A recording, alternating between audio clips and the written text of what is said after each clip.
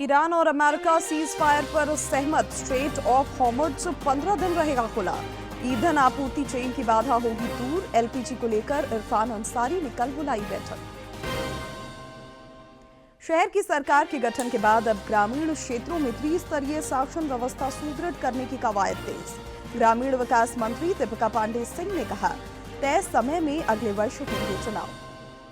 RIMS जमीन घोटाला मामले में एसीबी की बड़ी कार्रवाई। गलत वंशावली बनाकर जमीन की खरीद बिक्री के 4 आरोपी गिरफ्तार, भेजे गए जेल। और अंडर 19 गर्ल्स एलिट कैंप के लिए राज्य की 7 बेटियां चयनित। महिला सब जूनियर हॉकी के क्वार्टर फाइनल में पहुंचा झारखंड। कल से शुरू होगी सेमीफाइनल की दौड़।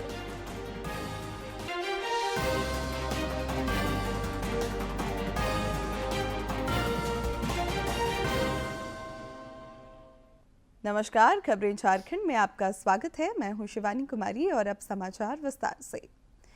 पश्चिम एशिया में शांति की उम्मीद बढ़ गई है। अमेरिका के राष्ट्रपति डोनाल्ड ट्रंप ने हॉर्मुज़ जल डमरू मध्य खोलने की शर्त पर ईरान के साथ 2 सप्ताह के अस्थायी युद्ध विराम की घोषणा की है। अमेरिका और ईरान के बीच आखिरकार सीज फायर हो ही गया। दोनों देश 2 हफ्ते के सीज फायर के लिए सहमत भी हो गए हैं। अमेरिकी राष्ट्रपति डोनाल्ड ट्रंप ने ट्रुथ सोशल पर पोस्ट करते हुए सीज फायर का ऐलान किया है। अमेरिकी राष्ट्रपति ने बताया कि ये दोनों तरफ से लागू होने वाला सीज फायर होगा, यानी इस दौरान ना अमेरिका हमला करेगा और ना ही ईरान कोई आक्रामक कदम उठाएगा। ट्रंप ने यह भी दावा किया है कि सैन्य लक्ष्य पहले ही हासिल किए जा चुके हैं और तेहरान के साथ बातचीत निर्णायक मोड़ के करीब है। उन्होंने ये भी कहा है कि अमेरिका को ईरान की ओर से 10 बिंदुओं का प्रस्ताव मिला है, जिसे उन्होंने बातचीत के लिए एक व्यावहारिक आधार बताया। अमेरिकी राष्ट्रपति डोनाल्ड ट्रंप ने कहा कि 2 हफ्तों का यह युद्ध विराम दोनों पक्षों को समझौते को अंतिम रूप देने का मौका देगा और संकेत दिया कि लंबे समय से चल रहा यह संघर्ष अब समाधान के करीब हो सकता है। वहीं ट्रंप के ऐलान के बाद ईरान ने भी सीज फायर की पुष्टि कर दी है। ईरान के विदेश मंत्री अब्बास अराक्ची ने 2 सप्ताह के लिए स्ट्रेट ऑफ हॉर्मुज़ खोलने का भी ऐलान किया है। ईरान के विदेश मंत्री ने कहा है कि 2 हफ्तों की अवधि के लिए हॉर्मुज़ स्ट्रेट से सुरक्षित आवाजाही संभव होगी। हालांकि ईरान ने एक शर्त भी रखी और शर्त यह कि जहाजों की निगरानी ईरानी सेना करेगी। अराक्ची ने यह भी कहा कि अगर ईरान पर हमले बंद होते हैं तो उसकी सेना भी अपनी रक्षात्मक कार्रवाई रोक देगी।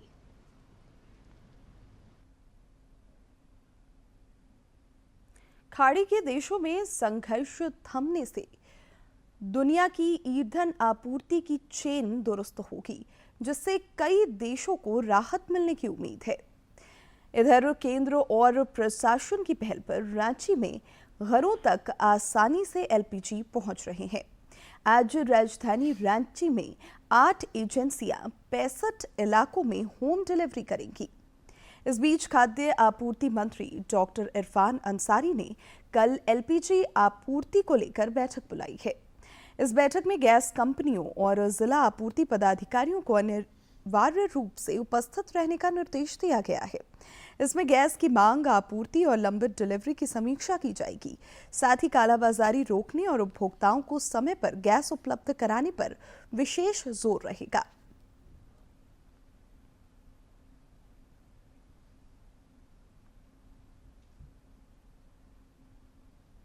ईंधन आपूर्ति सुनिश्चित करने की दिशा में केंद्र सरकार लगातार कदम उठा रही है। प्रवासियों के लिए छोटू एलपीजी सिलेंडर राहत बनकर आया है। 5 किलोग्राम वाला छोटू एलपीजी सिलेंडर अब गुमला के छोटे दुकानदारों के लिए भी उम्मीद की नई किरण बन गया है। गुमला जिला मुख्यालय में चाय, नाश्ता, गोलगप्पा और अन्य छोटे व्यवसाय करने वाले दुकानदारों के लिए छोटू सिलेंडर किसी वरदान से कम नहीं है। सरकार द्वारा छोटे सिलेंडर की उपलब्धता बढ़ाने के बाद हालात तेजी से सुधरे। अब दुकानदार बिना किसी बाधा के अपना काम कर पा रहे हैं और अपने परिवार का बेहतर ढंग से पालन पोषण कर रहे हैं। अभी तो ठीक है, पहले में तो गैस का बहुत दिक्कत हुआ था, लेकिन जब से कमर्शियल निकल गया, भेज दिया 5 लीटर का, तब तक बहुत ठीक है। अभी तो नहीं बांधा, ठेला वाला चला रहे हैं, उसमें तो कोई समस्या नहीं बोल रहे हैं, एजेंसी दे रहा है। पहले नहीं मिल रहा था, कभी छोटा वाला मिला तो लेके आए। दुकानदारी बंद होने की कोई स्थिति नहीं है, बढ़िया चल। जब से 5 लीटर गैस निकाला है तब से कोई दिक्कत नहीं है। गैस एजेंसी संचालकों का भी कहना है कि गुमला जिले में एलपीजी की आपूर्ति पूरी तरह सुचारू है। खासकर 5 किलो वाले छोटे सिलेंडर की उपलब्धता भरपूर है। उपभोक्ताओं को आधार कार्ड और पहचान पत्र के जरिए आसानी से सिलेंडर मिल रहा है। इस व्यवस्था ने छोटे व्यापारियों के काम को और भी सरल बना दिया है। स्थिति बहुत अच्छी है। अभी ऐसे क्राइसिस कंडीशन में भी 5 केजी हम लोग को सप्लाई प्रॉपर्ली मिल रही है। सप्लाई का भी दिक्कत नहीं है और स्टॉक का भी दिक्कत नहीं है। प्लांट से प्रॉपर्ली सप्लाई आ रही है। हमारे यहाँ 5 केजी एफटीएल का जो है वो स्थिति सामान्य है। कस्टमर जो है वो आते हैं और जैसे आपका लोकल में जो ठेले वाले हुए जिनको ज़रूरत है कुछ, और आपका हॉस्टल वगैरह में जहाँ बच्चे रह रहे हैं उस बीच हम लोगों ने उसकी आपूर्ति करवाई। पहले तो गैस का बहुत ही किल्लत हो रहा था, लेकिन जब से मोदी सरकार 5 लीटर वाला कमर्शियल गैस का यूज होना स्टार्ट हुआ है तब से हम लोग को थोड़ा सा राहत मिला है, परेशानी खत्म हुआ है। लेकिन वैसा ही परेशानी खत्म नहीं हुआ है, लेकिन धीरे धीरे हमको लगता है कि परेशानी खत्म हो जाए, किसी तरह हम लोग अपना रोजी रोटी चला पा रहे हैं। मोदी सरकार को बहुत बहुत धन्यवाद। कुल मिलाकर चुनौतीपूर्ण वैश्विक हालात के बीच सरकार की यह पहल लोगों के लिए राहत और भरोसे का प्रतीक बनकर उभरी है। छोटू एलपीजी सिलेंडर ने न सिर्फ रोजगार को गति दी है, बल्कि लोगों को एक नई उम्मीद भी जगाई है। गुमला से नरेश कुमार की रिपोर्ट। शहर की सरकार के गठन के बाद अब ग्रामीण क्षेत्रों में त्रिस्तरीय शासन व्यवस्था सुदृढ़ करने की कवायद तेज हो गई है। ग्रामीण विकास मंत्री दीपिका पांडे सिंह ने कहा है कि तय समय में ही अगले वर्ष पंचायत चुनाव होंगे। उन्होंने कहा कि विभाग पूरी सक्रियता और प्रतिबद्धता के साथ तैयारियों में जुटा हुआ है।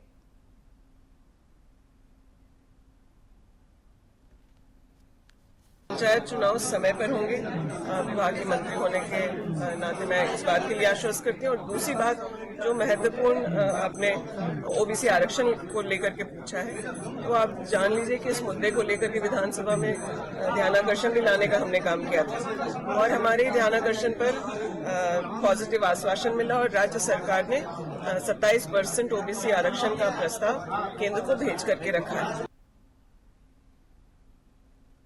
राज्य में स्वास्थ्य सुविधाओं को मजबूत करने की दिशा में सरकार बड़ा कदम उठाने जा रही है। स्वास्थ्य मंत्री डॉक्टर इरफान अंसारी ने मुख्यमंत्री अबुआ स्वास्थ्य सुरक्षा योजना लाने की घोषणा की है। इस योजना के तहत बच्चों को जन्म के साथ ही हेल्थ कार्ड से जोड़ा जाएगा, जिससे परिवार को 5 से 10 लाख रुपए तक का कैशलेस इलाज मिल सकेगा। गंभीर बीमारियों के लिए विशेष कवरेज और एयर एम्बुलेंस की सुविधा भी दी जाएगी। सरकार का लक्ष्य हर नागरिक को बेहतर और सुलभ स्वास्थ्य सेवा उपलब्ध कराना है। इधर झारखंड को national quality assurance standards ranking में पूरे देश में तीसरा स्थान मिलने पर स्वास्थ्य मंत्री ने इसे ऐतिहासिक उपलब्धि बताया। रांची के राजेंद्र आयुर्विज्ञान संस्थान रिम्स में उस वक्त हलचल मच गई जब स्वास्थ्य मंत्री डॉक्टर इरफान अंसारी अचानक निरीक्षण के लिए पहुंच गए। जामताड़ा के एक मरीज की मौत के बाद मंत्री ने अस्पताल की व्यवस्थाओं का जायजा लिया।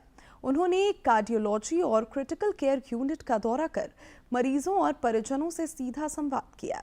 इलाज की गुणवत्ता और ब्लड उपलब्धता को लेकर मिली शिकायतों पर मंत्री ने गंभीरता दिखाई। अव्यवस्था और गंदगी पर नाराजगी जताते हुए उन्होंने तत्काल सुधार के निर्देश दिए।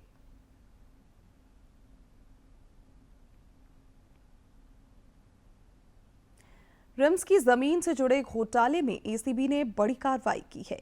फर्जी वंशावली और दस्तावेज तैयार कर जमीन की खरीद बिक्री करने के मामले में 4 आरोपियों को गिरफ्तार किया गया है। इनमें बिल्डर राजेश कुमार झा समेत अन्य आरोपी शामिल हैं। सभी आरोपियों को कोर्ट में पेश कर न्यायिक हिरासत में भेज दिया गया है। जांच के दौरान अधिकारियों की संलिप्तता के संकेत भी मिले हैं, जिस पर एसीबी आगे साक्ष्य जुटा रही है।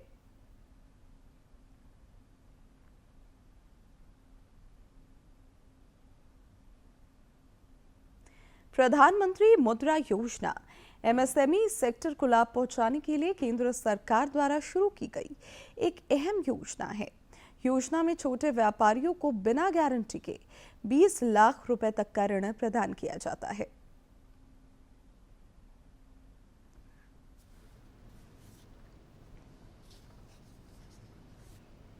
प्रधानमंत्री मुद्रा योजना ने यही काम किया है। इस योजना ने देश के करोड़ों लोगों के सपनों को पंख दिए हैं और आत्मनिर्भर भारत की दिशा में एक मजबूत नींव रखी है। प्रधानमंत्री मुद्रा योजना का उद्देश्य छोटे और सूक्ष्म उद्यमों को मजबूत बनाना है। इसके तहत मैन्युफैक्चरिंग, ट्रेडिंग, सर्विस, रिटेल और कृषि से जुड़े कामों के लिए आसान लोन दिया जाता है, जिससे लोग अपना व्यवसाय शुरू या बढ़ा सके। ये योजना रोजगार बढ़ाने और छोटे व्यवसायों को औपचारिक रूप देने में मदद करती है। साथ ही बिना गारंटी और कम कागजी प्रक्रिया के लोन उपलब्ध कराकर उद्यमियों के लिए रास्ता आसान बनाती है। आपको बता दें, अप्रैल 2015 में शुरू हुई इस योजना ने अब तक 57.79 करोड़ से ज्यादा लोन मंजूर किए हैं और इनके जरिए करीब 40.07 लाख करोड़ रुपए वितरित किए जा चुके हैं। ये आंकड़े सिर्फ नंबर नहीं हैं, बल्कि उन लाखों करोड़ों कहानियों का प्रतीक हैं जहां छोटे व्यापारियों, युवाओं और महिलाओं ने अपने दम पर नया मुकाम हासिल किया है। खास बात यह है कि इस योजना के तहत लगभग 66% लोन महिला उद्यमियों को मिले हैं, जो देश में महिला सशक्तिकरण की एक मजबूत तस्वीर पेश करते हैं। वहीं करीब 49% लोन अनुसूचित जाति, अनुसूचित जनजाति और अन्य पिछड़ा वर्ग के लोगों को दिए गए हैं, जिससे सामाजिक समावेशन को भी बढ़ावा मिला है। अगर श्रेणी के आधार पर देखा जाए तो शिशु कैटेगरी के तहत सबसे अधिक यानी लगभग 78% लोन दिए गए हैं। हालांकि राशि के हिसाब से इनकी हिस्सेदारी करीब 36% है। इस श्रेणी में 50,000 रुपए तक के छोटे लोन शामिल होते हैं, जो खास तौर पर नए उद्यमियों को अपने व्यवसाय की शुरुआत करने में मदद करते हैं। किशोर श्रेणी की बात करें तो इसमें 50,000 रुपए से 5 लाख रुपए तक के लोन दिए जाते हैं।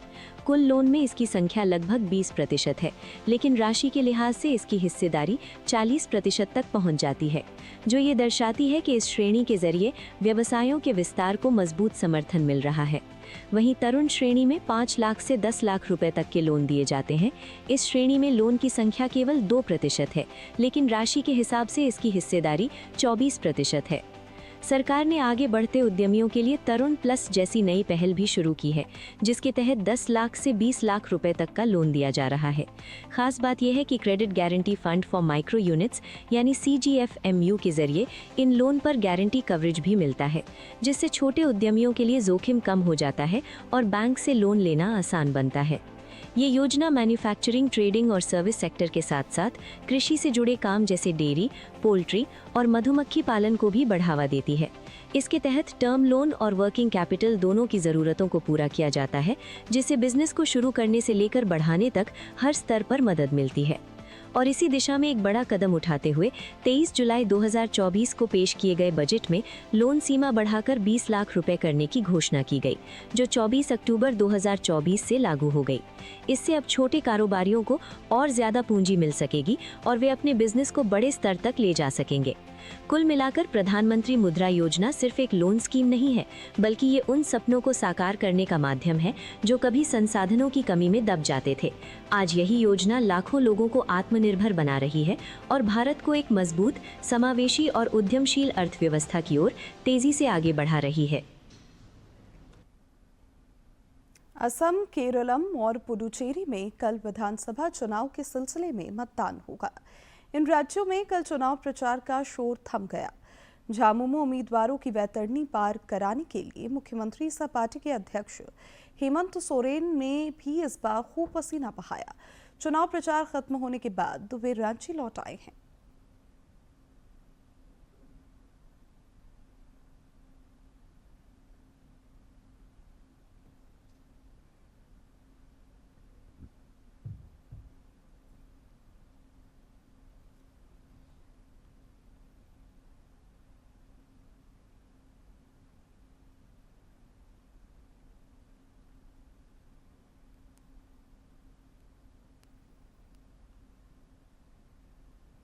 पांच विदेशी मिशन के प्रतिनिधियों सहित 23 देशों के कुल 43 प्रतिनिधि विधानसभा चुनाव को नजदीक से देखने के लिए असम, केरलम और पुडुचेरी का दौरा करेंगे।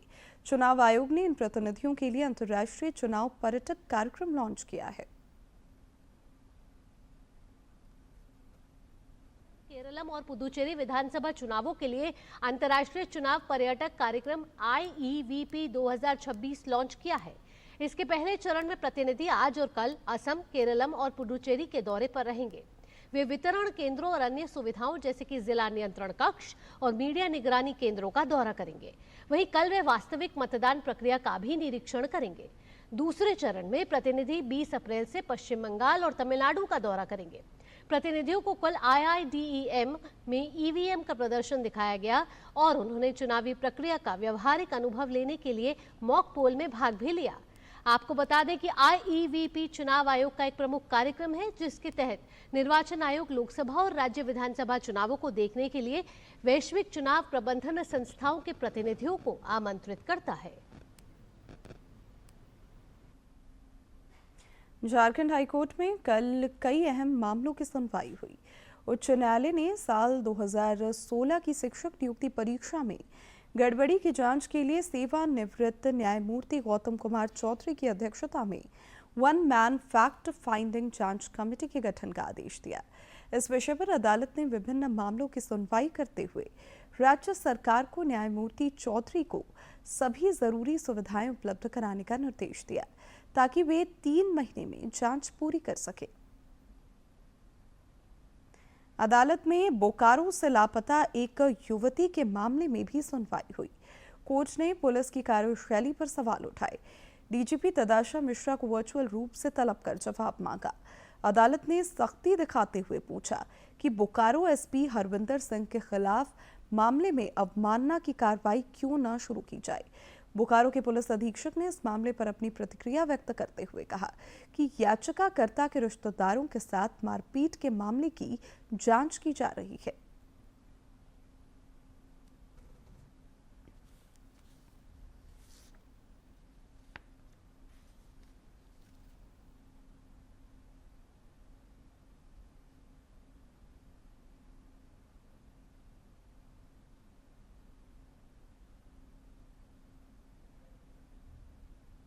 जो है पूछताछ इधर उधर करते हुए एक व्यक्ति पर पुलिस को कुछ लगा कि इनसे कुछ वैल्यूएबल इन्फॉर्मेशन मिल सकती है, तो उनको पूछताछ के लिए थाना लाया गया था और थाना पूछताछ के बाद उनको छोड़ दिया गया।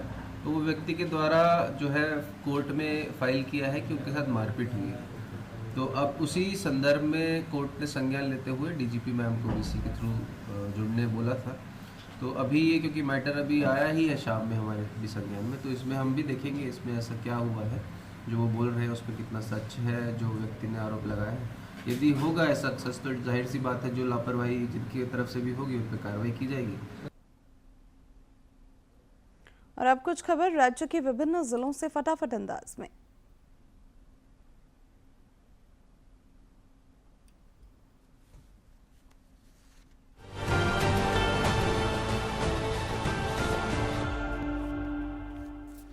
झारखंड राज्य क्रिकेट के लिए बड़ी उपलब्धि, पहली बार अंडर 19 महिला टीम के साथ खिलाड़ियों का नेशनल क्रिकेट अकादमी कैंप के लिए चयन हुआ है।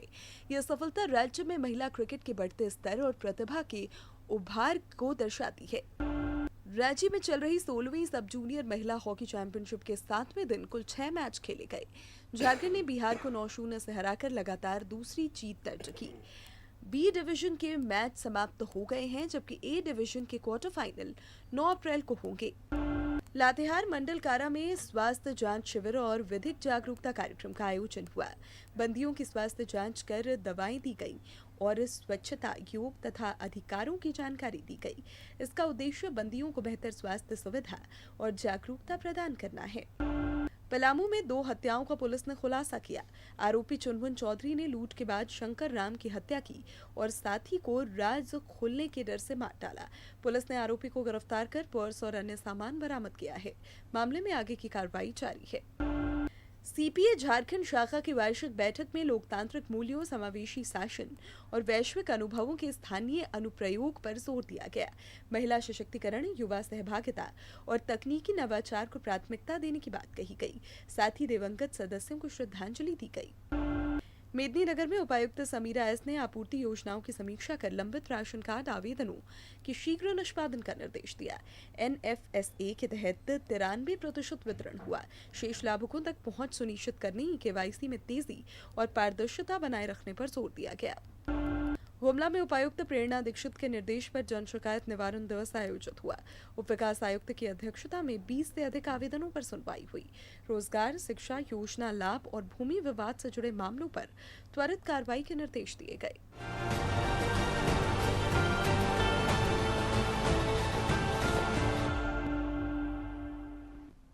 और अब बात मौसम की। पश्चिमी विक्षोभ के कारण इन दिनों उत्तर भारत समेत देश के कई हिस्सों में हल्के से मध्यम दर्जे की बारिश देखने को मिल रही है। मौसम विभाग ने आज झारखंड, बिहार और सिक्किम में तेज हवाओं के साथ आंधी और तूफान की आशंका व्यक्त की है और राज्य का मौसम भी बदला बदला नजर आ रहा है।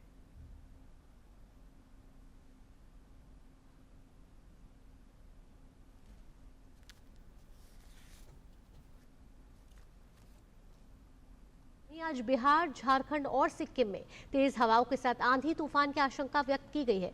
मौसम विभाग के अनुसार बृहस्पतिवार तक असम, मेघालय और अरुणाचल प्रदेश में तेज वर्षा का अनुमान व्यक्त किया गया है।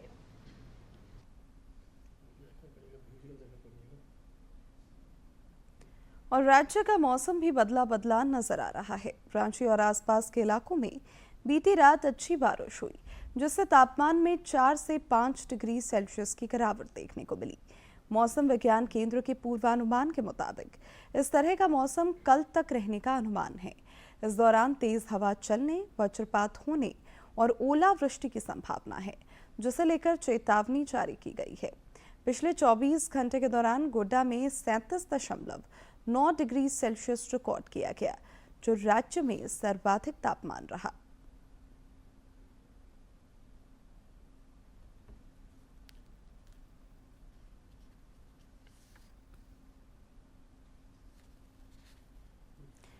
राज्य की 7 महिला क्रिकेटरों का चयन BCCI के सेंटर ऑफ एक्सीलेंस में शामिल होने वाले अंडर 19 गर्ल्स एलिट कैंप के लिए हुआ है।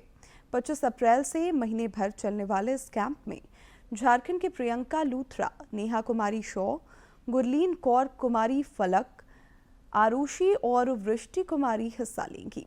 इस कैंप के बाद कौशल प्रशिक्षण शिविर भी आयोजित होगा। राजधानी रांची में इन दिनों सब जूनियर राष्ट्रीय महिला हॉकी चैंपियनशिप का आयोजन हो रहा है। कल जहां क्वार्टर फाइनल मुकाबले खेले जाएंगे, वहीं 10 अप्रैल को सेमीफाइनल में फाइनल का टिकट कटाने की भिड़ंत होगी। मेजबान झारखंड की टीम भी नॉकआउट चरण में दम दिखाने को तैयार है। इस प्रतियोगिता का खिताबी मुकाबला 12 अप्रैल को खेला जाएगा। कल खेले गए पुल चरण के मुकाबले में झारखंड ने बिहार को 9-0 से हराकर क्वार्टर फाइनल में जगह बनाई। IPL क्रिकेट में आज दिल्ली कैपिटल्स का मुकाबला गुजरात टाइटंस से होगा।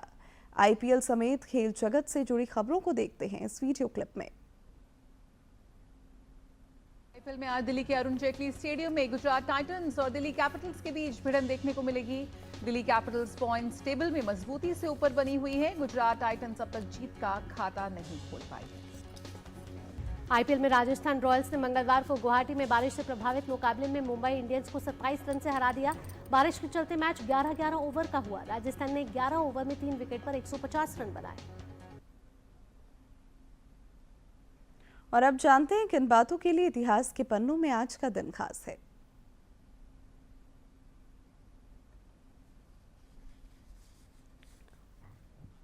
वर्ष 1857 को भारत के पहले स्वतंत्रता संग्राम के नायक मंगल पांडे को फांसी की सजा दी गई।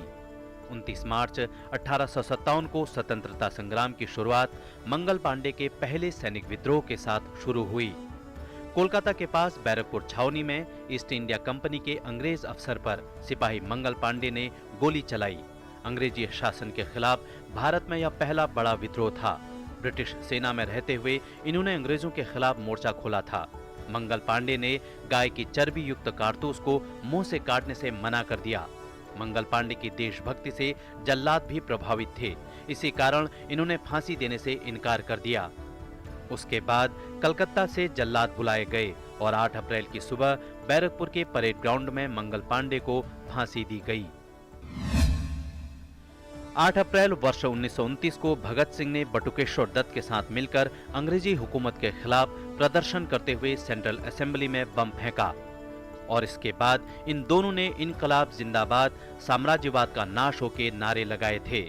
बम फेंकने का उद्देश्य किसी को हानि पहुंचाना नहीं था, इसलिए बम भी असेंबली में खाली स्थान पर ही फेंका गया था।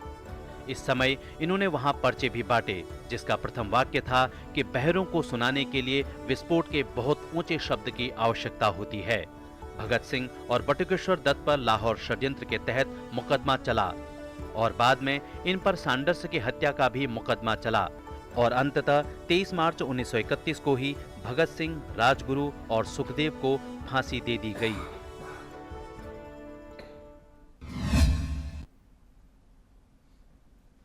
हाइपरसोमनिया से राहत के लिए योग और प्राकृतिक उपायों को अपनाना बेहद लाभकारी माना जाता है। सरल योगासन, प्राणायाम और जीवन शैली में बदलाव के जरिए नींद के संतुलन में सुधार लाया जा सकता है। नियमित योग अभ्यास से शरीर और मन दोनों को संतुलित करने में मदद मिलती है।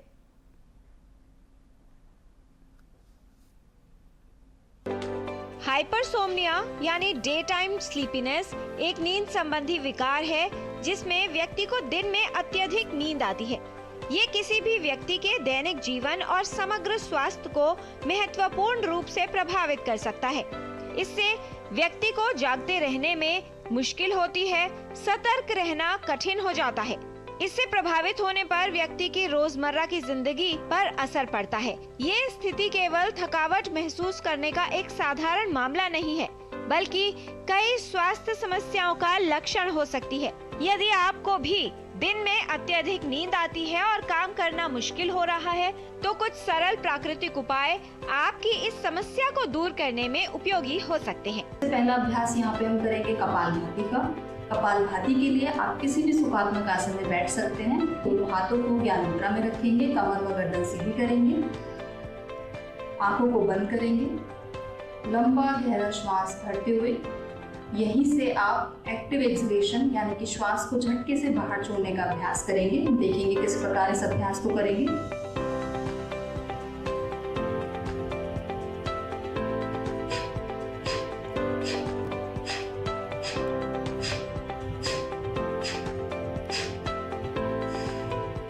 और जब वापस आएंगे तो श्वास को पूरी तरीके से बाहर छोड़ते हुए कुछ सेकंड्स के लिए होल्ड करेंगे और फिर वापस आएंगे। आप जितनी बार अपने कैपेसिटी के अकॉर्डिंग एक बार में इस अभ्यास को कर सकते हैं, उतनी बार इसको दोहराएंगे।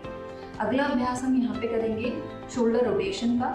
शोल्डर रोटेशन के लिए अपने दोनों हाथों की जो उंगलियां हैं उनको कंधे पे इस प्रकार रखेंगे, अपने कोहनियों को सामने की ओर मिलाएंगे। अब यहीं से शोल्डर रोटेशन करेंगे, अपनी कोहनियों को ऊपर से नीचे की ओर पूरा रोटेट करेंगे मैक्सिमम।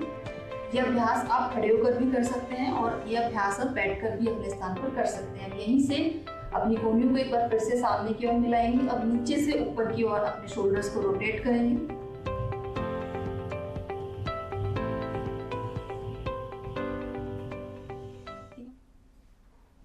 अब अंत में मुख्य समाचार एक बार फिर।